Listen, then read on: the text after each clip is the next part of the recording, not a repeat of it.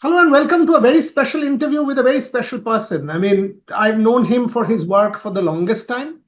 I've interacted with him many, many times, but not done a formal interview in that sense. So, in that sense, it's a first. And we are recording it on Independence Day. So, no better day compared to this one.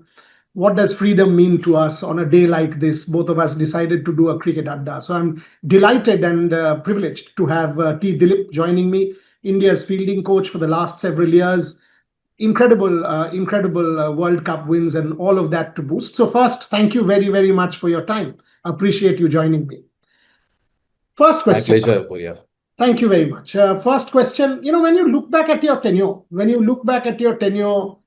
I would say the one thing that kind of stands out for me is you were able to give fielding the recognition that perhaps it did not have. That, yes, we had great fielders, but batting, bowling would always be kind of ranked higher.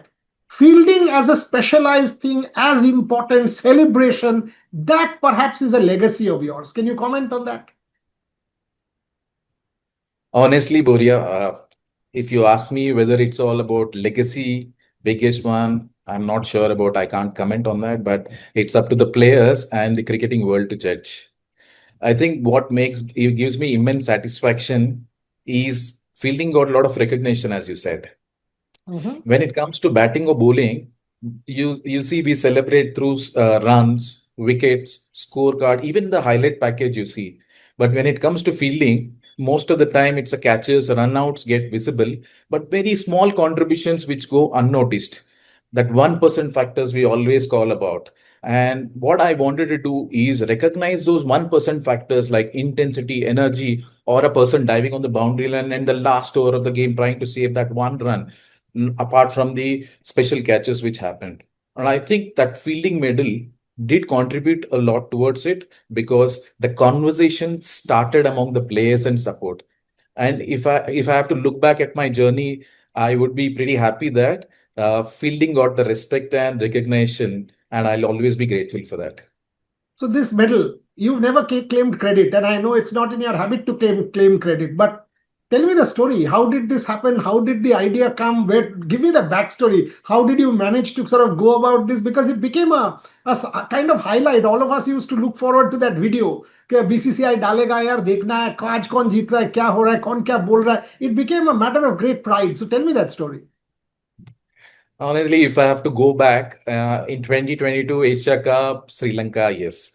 So we had back-to-back games. I think one of the game we were pretty below par according to our fielding own standards. In 2 days after, same ground, same players, little different opposition, we were absolutely gone on the field. And I am someone who strongly and believe that every game I analyze and review the performances. And that little inconsistency had got that thought in my mind. And I always wanted to create something where players look forward in fielding and get back that energy into the dressing room. And the whole purpose, original purpose when we started this fielding medal was to recognize that small contributions which can impact and be useful for the team. Even if you have seen the fielding medal, the way we presented to different people, it was the same. But I think I was surprised to see it became a big phenomenon where it was just started as a small initiative in the dressing room. I think it real credit goes to the players because their commitment, their humor, basically you must have seen they enjoyed everything. Yeah, yeah, And yeah. I think the respect they gave to that medal created its own identity. I think I Beautiful story. and I have to be really grateful to Rahul Dravid, Rohit Sharma. When they heard my initiative, I think hats off to them. They gave me all the freedom and support to take it forward. क्या And क्या क्या ये थोड़ा सा बताइए ना because I've known Rahul for as a player, right? I mean that generation is my generation. Sachin and Saurabh are very close friends. VVS is a very close friend. Rahul I've known for longest time, so I know that Rahul will support an initiative like this. And Rohit is a fantastic guy, one of the best human beings I know. So can you just tell me a little bit more on that? That when you proposed it, because see these are stories that we generally don't get to know in the media. खाली controversy से मुझे कोई मतलब नहीं है दिलीप भाई वो सब छोड़ दीजिए मुझे एक अच्छा स्टोरी चाहिए on Independence Day so tell me a little bit more on this So on one fine day, I was having a chat, a breakfast table, and having a coffee with Rohit. Pitched in that idea that Rohit, I'm thinking that we should start something, a medal in the team dressing room. Originally, my pitch in was let us try to do something for batting, bowling, or fielding. That was my original idea pitched in. Rohit thought about it and he said, I think batting, bowling, we generally see man of the matches awards going. I think we should go ahead with fielding. Then once I got the approval from Rohit, then we went on and I pitched on to Rahul Dravid. I think Rahul by now you know that he's someone anything you add on to the team which will benefit the team. He was absolutely on for it. And they don't know how it have ended up, but they supported me earlier in that conversation. I think real credit also should go to the media team, whether it is Anand, whether it is Rajalakshmi, whether it is Maulin, whether it is Ameya, and many others who have contributed because what happened in the dressing room was one part, but the way they captured, the way they presented these emotions to the supporters, it really was a great experience for everyone. But as you said, that next day everyone were looking forward for that medal. I think this medal would have been not successful if not for the contributions from everyone. I think it's because of the support of everyone. I think this fielding medal became pretty successful. I would say. Brilliant. By the way, I'm very, very impressed with the two jerseys behind you. Great. This is how it should be preserved. In fact, the one on the left is also, and I love the way you've kind of, framed your accreditation card. In India, preservation is not done. So that's something that stands out in the frame. I'll tell you a Rahul Dravid story quickly before I next question. You said about team man. So Rahul and I were doing an interview. And I said to Rahul, said, that Rahul, you've scored so many hundreds, this, that. He said, Boria, I will still say what gave me the most joy is not the hundreds. So I said, then what? He said, when I took a catch at slip. I said, what do you mean? He said, the catch was for a colleague. The joy in the face of that colleague, because this is team sport. Ultimately, the 100 TK mine Yes. team, but the catch is for someone else. It is his wicket. That gave me more joy. That kind of summed up the Rahul Dravid story to me quite beautifully. So that I just thought I'll say that. But Dilip bhai, ye batao, not everybody is a born fielder, right? I mean, and I've asked this of your predecessors also. Shridhar's a good friend of mine. Take the case of Virat Kohli. Virat Kohli is a born fielder. I mean, an incredible athlete, a supreme athlete. At this age, he will jump, dive, do whatever, and like a springboard jump and do what. But on the other hand, somebody like a Siraj, you have to manage everyone. Not everybody is a natural fielder or a Shivam Dubey or anyone for that matter. When someone is not a born fielder and yet he's having to play with people who are, how did you kind of balance this, Dilip bhai? How did you manage this? Honestly, if I have to go back and think, I would like to skip that word called born or blessed with Virat Kohli because his athleticism is always backed with the amount of discipline and hard work he shows on the field. There's absolutely no difference the way he practices in the practice session or in the match. Every practice session, he comes with tremendous amount of intent and the hard work. I have seen him taking those catches not only on the sharp catches, but he would come 5 steps ahead, want those sharp catches coming his way. I think Hmm. sometimes Virat Kohli makes it look so easy that Correct. his work behind the scenes goes unnoticed. I think when I work with a team, different people give different strengths to the team. I think in your own office, if I have to look back, that Correct. many people have different strengths, and it's a job of you as a leader to get everyone what's best in each individual. Likewise, as a coach, is I have my job as a coach is to take the best of each individual and see where I can use for the best interest of the team. And just because they don't not stand on a non-conventional hotspots doesn't mean that they are poor fielders. Mhm. If I have to look back Siraj, every time I see Raj, the commitment, Oh, the intensity, the willingness to do for the team is absolute. I think if I have to go back one game, it always sits in my mind. Uh, Sri Lanka, when he took those 6 wickets, he was raring. He bowled that 6 over when he was raring to bowl, bowling heart out, taking that wicket. 6th over, he bowled one ball and batsman hit an on drive. There was no mid on. Everybody were in slips. He literally ran right. all over the boundary line to to stop that, to save that one run. That really shows what Siraj is, because he's been brilliant in his primary skills, but he's bought into that team's intensity, what was required. I think for me, as a fielding coach, I never wanted anybody to be like Virat Kohli, but I wanted everyone to be best version of themselves. Superb. Superb. I mean, and Siraj, I only have good things for, because last year after the England series, I was chatting with him. By the way, he presented me his jersey, signed it and presented me his jersey. And we are very, very close, because when he was down during that Melbourne match after his father's passing away, we are very good, very close. So I told him that, yaar, wo jersey dena. So, and we were chatting, and I said, how did you manage 5 test matches, tired, etc.? He said, abhi bhi 2 test match खेलने बोलिए ना, खेल जाएंगे.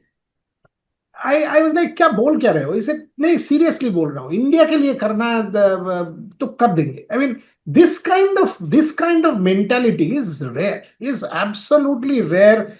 And what you just said, that's the kind of team kind of thing.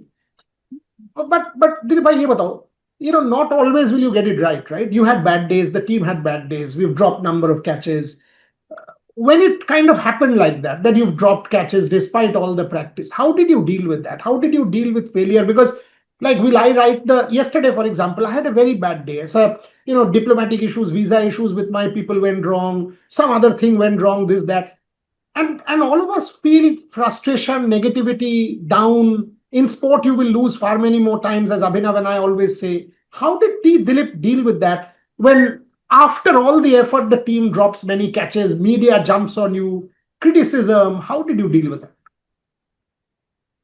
So when over a period when I worked with Indian team, one thing I've realized that appreciation and criticism both come at same intensity. So when you want to enjoy the appreciation, I think we should also accept the criticism. But end of the day, I'm a human. I'll be dishonest to say that it did not affect me. Of course. On many occasions, I did get hurt. But whenever a catch is dropped, I try to put myself in players' shoes. If I, as a coach, feels bad sitting outside, how about the player in the middle, millions of people watching? What would be his experience? And that one perspective about that has removed me from it. And the next thing I wanted to do is my major responsibility as coach is to support that player and restore his confidence. Honestly, I feel every failure has to be reviewed honestly, but it shouldn't be used to create fear. And that's what actually helped me a lot. Super. So just to add on to that, when you look back to that incredible test series in England last year, right? One of the best ever. हम लोग कभी नहीं भूलेंगे that Harry Brook catch goes up, Siraj under the ball, all of us know he's taken it, he's over the line. And Harry Brook goes on to get 100. All of us thought match gone. And then Siraj bowls that spell. Did you have a chat? Did you kind of say anything? Because anyone will feel down, right? When that partnership happened and all of that. Can you tell me what was going on? And that is actually, if I say that it has come born with me, I don't think so. I have learned over a period and realized each player goes through different emotions once an error happens, whether it is fielding, batting, or bowling. At that time, yes, I also felt bad. I was in the dressing room. Yes, that when you drop a person like a Brooks, it impacts a lot. But I did control my emotions, outweighed how would I express. The first thing I asked Siraj when he came in a break was, what did you feel? Then he said that he came from a break. I just went inside and he didn't realize where he was standing. And that understanding of what he thinks first will help me to analyze later on and give him appropriate solution when he comes to the practice session. And I think the way Siraj shows his heart out, one other factor is, irrespective of one error happens in a match, Siraj is never out of fight. Yeah. Whether it is bowling, whether it is batting, whether it is changing, you must have seen n number of occasions where in his own bowling he would ride, dive, slide, dive, put everything. That is why you see whether that Bangladesh catch we took one-handed, or in a Dominica where he took that extraordinary catches mid-off. These are the replica that he wants the ball. if you look at in this last IPL, he wasn't standing at hot spots after bowling. That's a great sign to be a bowler to be standing in hot spots. Super, super. But now that we are on Independence Day, Dilip, bhai, ek story batao. When I look back, your tenure, the one catch, maybe two, Akshar Patel in Mumbai, I can see Akshar's signature there. But the other catch that will always be part of Indian cricket lore is Surya Kumar Yadav 2024 T20 World Cup. 11 years of curse gone with that catch. Match was gone, South Africa in control. Fielding coach, ball goes up. Story bataiye. What was going through you? Describe that 30 seconds to me. What was T. Dilip thinking when the catch went up till the time Surya took it? Actually, before that situation, I think there was certain amount of belief among the players, not only the 11 playing there, but also three sitting out, four sitting out, and also the whole squad, because we had 9% of chance winning India versus Pakistan game. We pulled out there. So a certain amount of belief was always there coming into that game. But 30 ball, 30 runs, David Warner on strike, final round of the final match, David Miller. full toss. I was kneeling down on the boundary line on the left side when the ball up went up in the air. My mind was all doing calculations like, okay, did Surya picked up right? Whether it his feet went right, whether he lobbed the ball at right point, his jump was correct. So my mind was all doing calculations at that point of the time when the ball went in the air. But once it declared it's a clean catch, I think it was surge of emotions. I was up before I even realized. I was pumping my hands. But end of the day, they still I know that the match has yet to be completed. But real credit to Surya, because one side is doing that practice, enormous amount of repetitions we put in practice, imprint those habits in your mind. But to go on to the match in a high pressure situation, David Warner at strike, David Miller. Miller, Yeah. David Miller, David Miller on strike, last over of the World Cup final. To replicate that and finish and doing that great, I think real credit should go to Surya because he get composed. But that is what I always felt working with Indian team over a period, not just that occasion, on many occasions, that great players, when under the pressure, maintain their composure so well. And that was Surya demonstrated absolutely well. And even if you look at Aksar's catch in this World Cup, the way of that catch on the boundary line, where he was composed enough to throw back to Shivam Dubey, that is a demonstration. You could see great players very well composed, knowing what they are doing in that pressure situations. Yeah, those two catches will forever be. I watched the Aksar catch, and we were all looking down like this at that press box, saying, "Can he? Can he? Can he?" Unbelievable moment, unbelievable. But tell me something. You referred to it that as human beings, we feel good, bad. We have our emotions, and this is our tendency in the media. Catches drop, Dilip to blame. We show you your face. We'll put a photograph of you, write an article. Some great catches, Surya's catch, Aksar's catch, not Dilip's catch.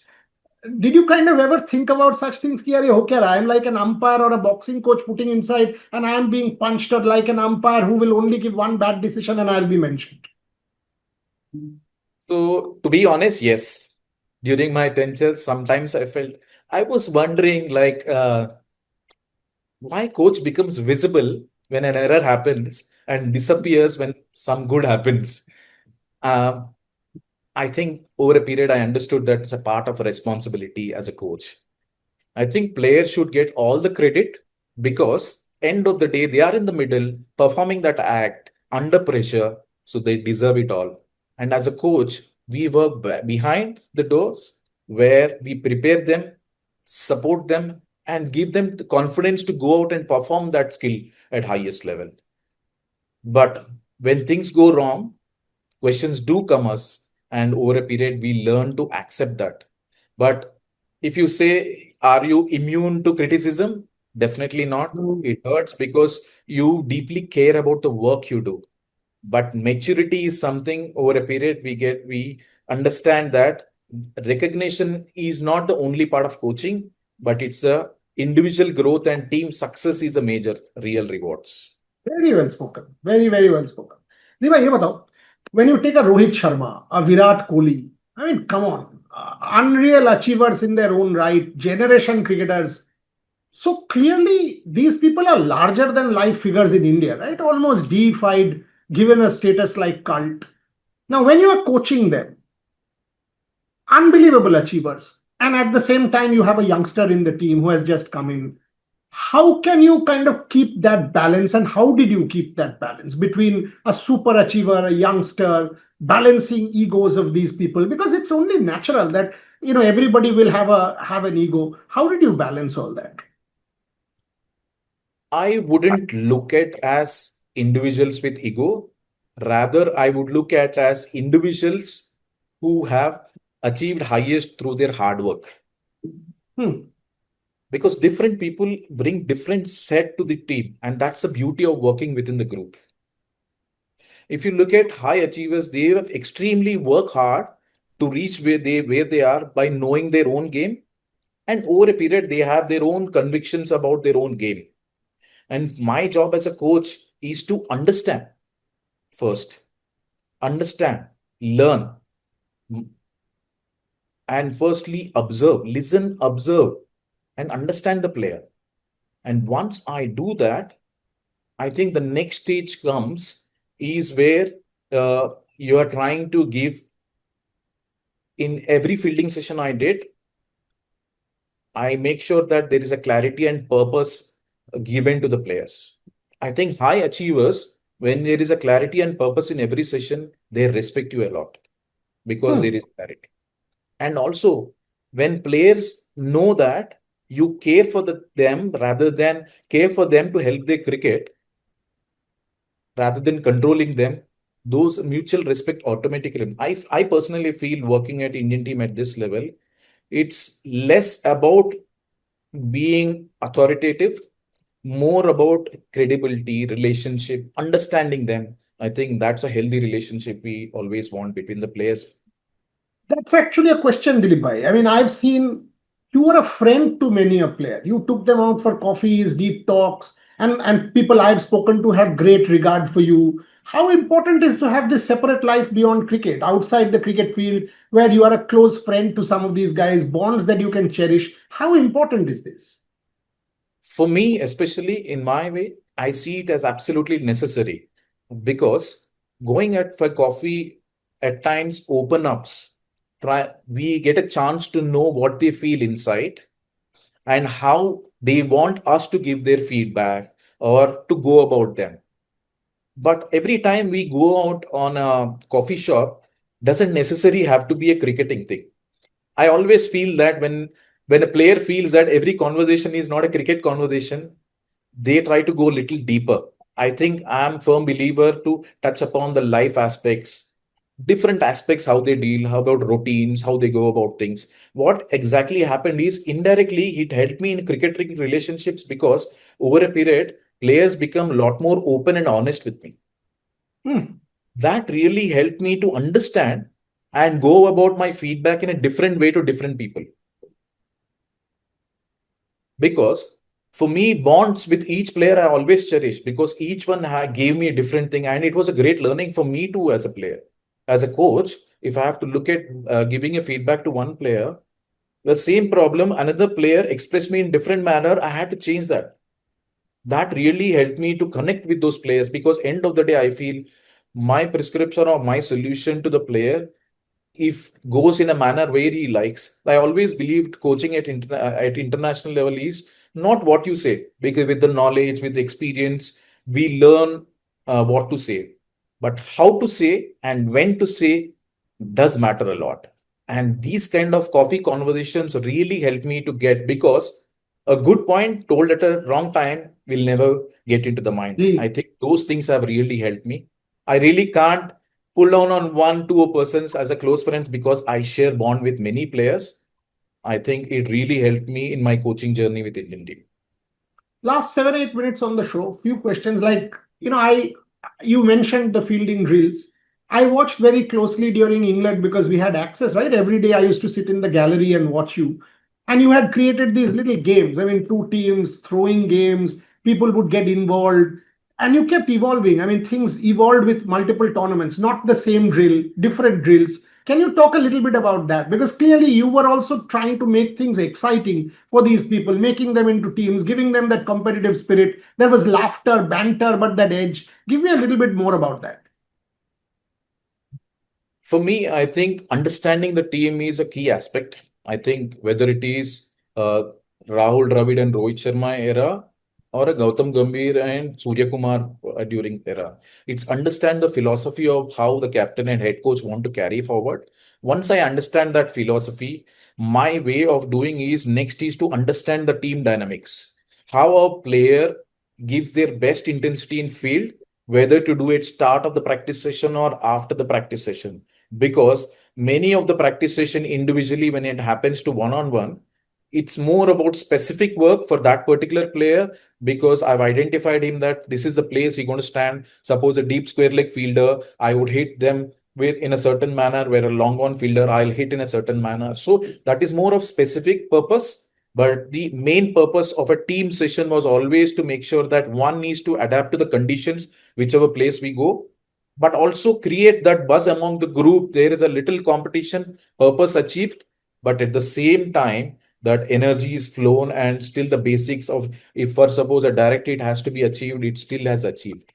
Hmm. For me, one good aspect about this coaching is uh, I always look into my every session deeply and see how better it can help the team, and getting my timing right and communication was a bigger part in this. So with the physio, with the trainer, it's important to get our timing right when you want to do that intensity session or when you want to get that energy bus going into the session. So those are little things which are really helped me. But I think credit to also the players who really brought into this idea and really enjoyed the sessions. And of course, my habit of going into uh, other games, searching inside what they can bring in. You've given it to me. So tell me about your thing on baseball, because T. Dilip following baseball, studying baseball, bringing that stuff into cricket. Tell me a little bit more. So if I'm someone who always believed that I'm an open coach when it comes to learning, I still feel that there's a lot more I can learn. That really habit has helped me to look into other aspects so well. I think when in my college days I played baseball myself in the Wow. college day, yes, and I played football in my school days. Then I played dart at certain point. Then I was intrigued to see when I worked 2 years with Mike King when he was with Deccan Charges under him. So there are certain things which are closer to things which will come in cricket, like a running back catch, an overarm throw, a direct hit, are closer to what happens in uh, baseball. But when you look at Neeraj Chopra throwing that javelin throw, look at his non-throwing hand, thumbs going down, elbow absolutely straight. Those are little. But if you look at tennis, every player comes and base up so well, he moves easily, can move laterally. That base up is taken from tennis. So different games gives various aspects. But my job as a coach is to get those and see whether this will be adapting to cricket. Will it be helpful to player? And can it be transferred to the match? And that's a key thing to be look into, because today's demand of players have increased. You need to run faster. The ball at which the high ball or a flat ball which comes at a boundary line in 2020 is different to what comes at 2026. So the demand is different. So it's great to see what other things can bring into the table, but at the same time, the fundamentals always remain the same. Still the strong base, still the soft hands, still the reactions, still the reflections always remains the same. So my job as a coach is to understand those and get those few things which are required, but also make sure that the purpose is always there in every drill I do. Beautiful. Last 3 minutes. One, when you mentioned Rohit Sharma and Rahul Dravid, that 2023 World Cup final, it was a national heartbreak. That moment, Rohit sort of standing there in the ground, Rahul wanting to go, and then obviously fast forward to 24 when they had their moment. How did you personally deal with 23? How difficult was that? What was the kind of dressing room that night? I mean, how did you all come to terms with that after that intensity and high of those 10 games, not winning that final? It was disappointing, definitely, because of the quality and consistent which we went about in that tournament. Yeah. Because they were home World Cup, lot of emotions attached, and we played so good that we want to finish with that trophy. But when that didn't happen, it was definitely disappointing. I can't talk about everyone, but for myself, I still get the flashes of World Cup. Why we couldn't pass out that day to win that trophy, because there are a lot of emotions, lot of quality of cricket we have invested in that.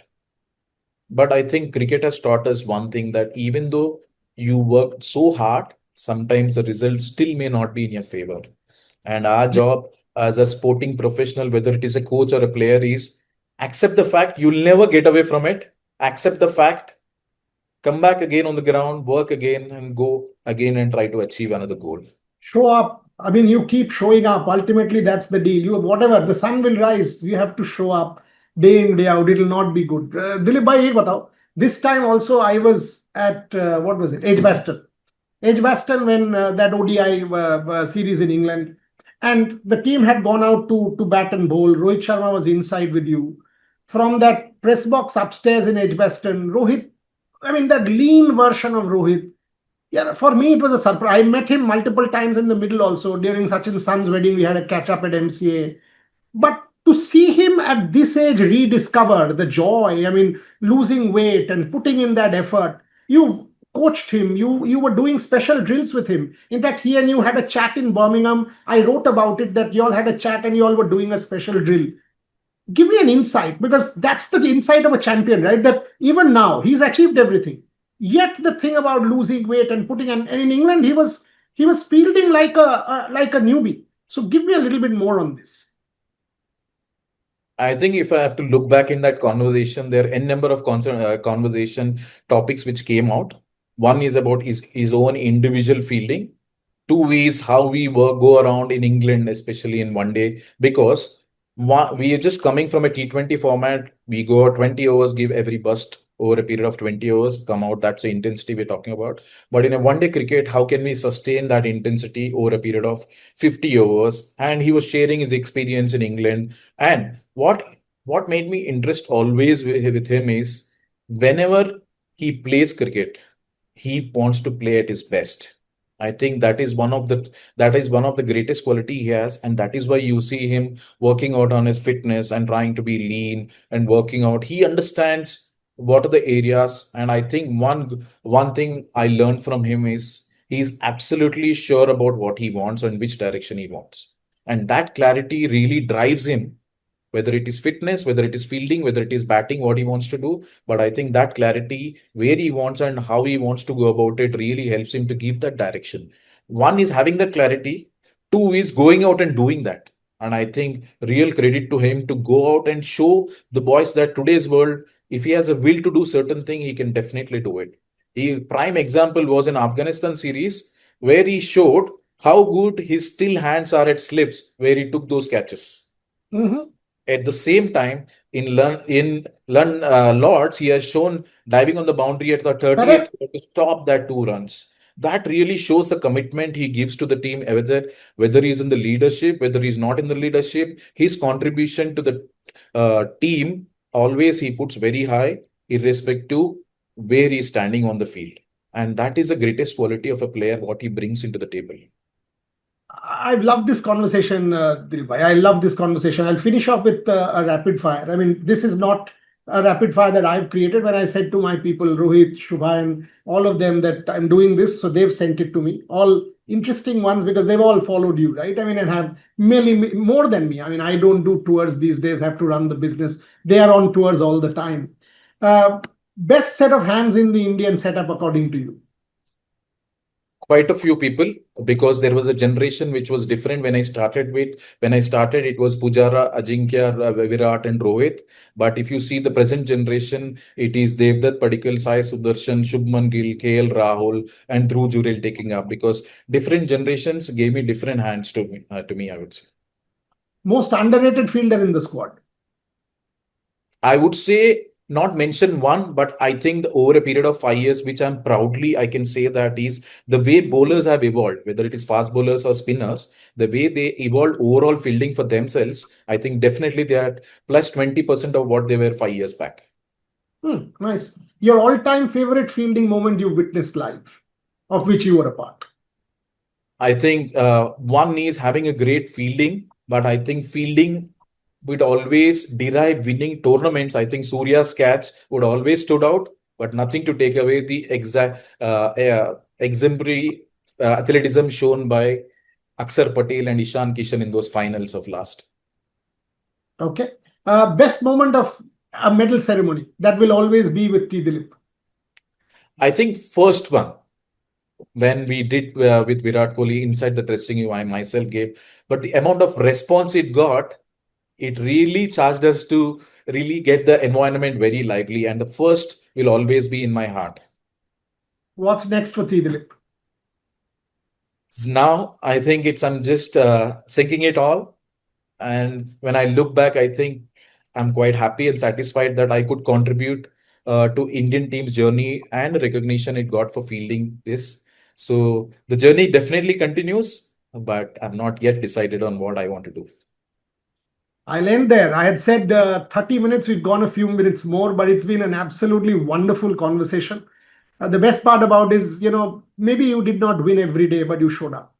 You showed up with intensity, you showed up with passion. Whatever little I've watched, I've been in England last year all through, I've watched this year. I've seen you turn up day in, day out, first one on the field, getting things ready, move things. That's what matters. And obviously, you're a double World Cup winning part. So 0.001% of the country will say for them the national flag went up. Dilip, you're part of that setup. Very, very proud. Well done. Well done. Get some family time, unwind, and keep contributing to the sport. Always there to support you in any way we can. Thank you very much for your time. Thank you. Thank you so much. Thank you very much. Thank you. For India's best multi-sports coverage, your platform is one, and that's Rev Sports. So like, share, subscribe, and ring that notification bell. I think by now you know that we will be everywhere in different parts of the world and bring you on-ground reportage. As I said, your best multi-sports coverage on Rev Sports, your favorite destination.